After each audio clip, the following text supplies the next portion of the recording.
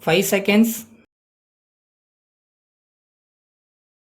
Start. Sir, at the very outset, I would like to express my gratitude to the honorable members who have participated in this debate and who have given concrete suggestions. As the honorable members are well aware, there have been statements both inside and outside the parliament to the effect that a large sum of money due to the government is looked up in litigation. As a matter of fact, it has also been stated in certain circles that the government are sleeping over the matter and that no serious action is being taken to collect those amounts. I would like to tell them that the government are taking drastic action to collect the amount due to the government.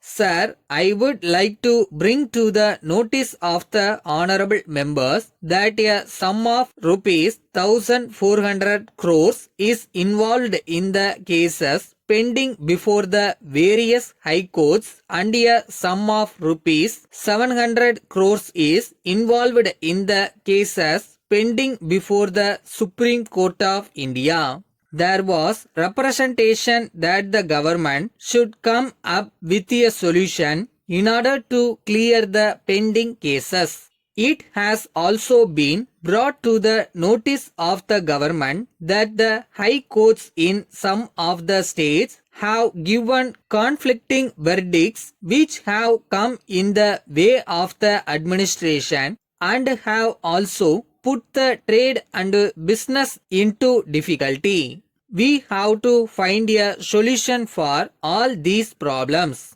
We have therefore proposed to set up an appellate tribunal which will deal with the revenue matters exclusively.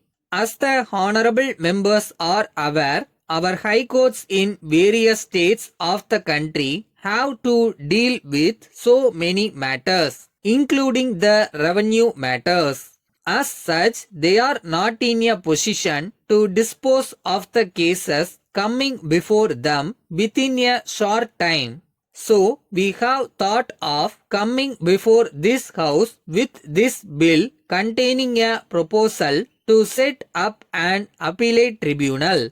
I therefore request all the honorable members to bear in mind the history that lies behind the setting up of the tribunal. In this connection, I want to tell the honorable members that this is a measure for speeding up justice. In fact, it will help trade and business as also the administration to ensure speedy disposal of the cases which are pending for a long time in various high courts. Today, the resources have a vital role to play in our economy. They are required for our various developmental activities. As an honorable member rightly pointed out, if revenues which are due to the government and through the government to the nation are held up because of the pending cases before the courts, it will create difficulties. It has been brought to the notice of the government by members of parliament and even by people outside parliament that when businessmen go to the high courts, the revenue due to the government gets looked up. As such, the government will have to come up with a definite solution. Sir, if you take into consideration all these aspects, you will realize that it is in the interest of trade as also the administration to have a tribunal exclusively dealing with revenue matters. With this objective in mind, we have come up with this bill for setting up a tribunal.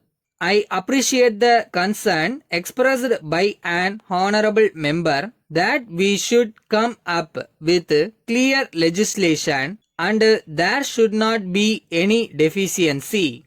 I admire this thorough knowledge about constitutional points. I assure him that our law ministry has taken care of this. Letter dated 2nd December 2005 from John and Brothers to Messrs. Smith and Sons, Patel Road, Chennai. Dear sirs, we are in receipt of your letter of 20th November. We invite your attention to our letters in the matter of settlement of our claims for the damages sustained by our goods during transport. You have not replied to our letter asking you to pay the amount due to us. Your local representative delivered the goods in a damaged condition during the month of October, and as you will observe from the certificates, he examined only some items but left the other items unchecked. He also inspected the goods and stated that he would send a report to your company. We had to prepare a list of all damaged goods together with their estimated value and prepare a claim to your local office in Bangalore before sending a notice through our lawyer.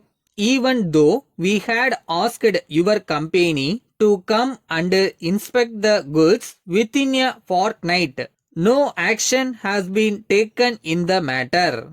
In the circumstances, it was presumed that the company had no intention to conduct an inspection of the damaged goods, and therefore, in all fairness, it was hoped that the company had accepted our claim for the damages. In this case, we have insured the goods, and it is therefore necessary to survey the damages at once and compensate the loss. Yours faithfully.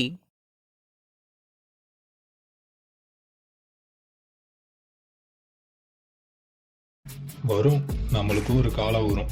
விட்டுறாத, முதல்ல முயற்சி பண்ண, முடிவு என்ன வந்தாலும் பார்த்துக்கலாம்.